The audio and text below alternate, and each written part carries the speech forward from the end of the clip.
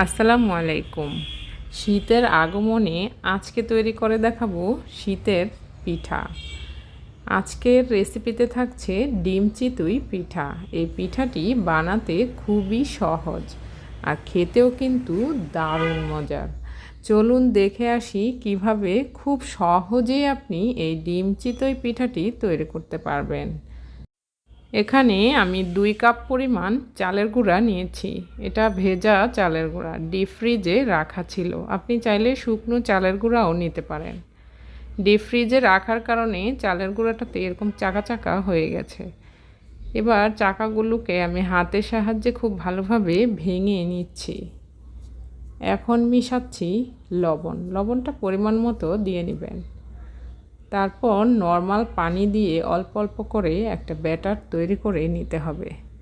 প্রথমে আমি অল্প পরিমাণে পানি দিয়ে তারপর খুব ভালোভাবে চালের গুঁড়াটাকে মথে নিচ্ছি। এমনভাবে মথে নিতে হবে যেন আঠালো একটা ভাব হয়। হাতের সাহায্যে আপনি যতটা চালের গুঁড়াটাকে এরকম মথে নিবেন, এতে করে পিঠাটা অনেক স্মুথ হবে।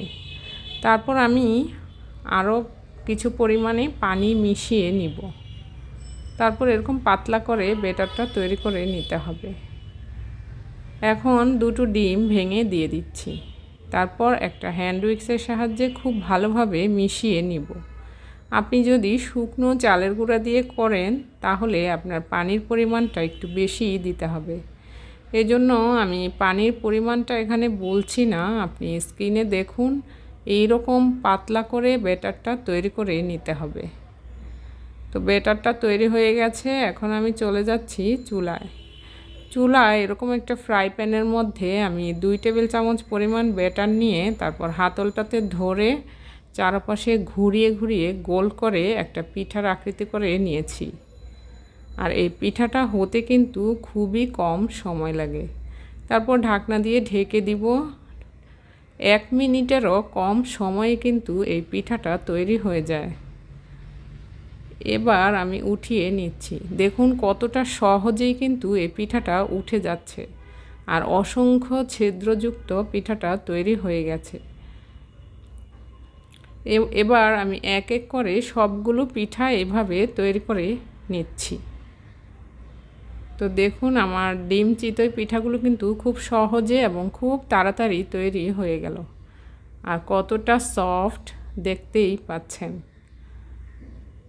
তো এই পিঠাটা আপনি শীতের মধ্যে যে কোনো মুরগির মাংস, গরুর মাংস কিংবা নারিকেল যে কোনো কিছু দিয়েই কিন্তু এই পিঠাটা খেতে পারেন। খেতে কিন্তু দারুণ মজার।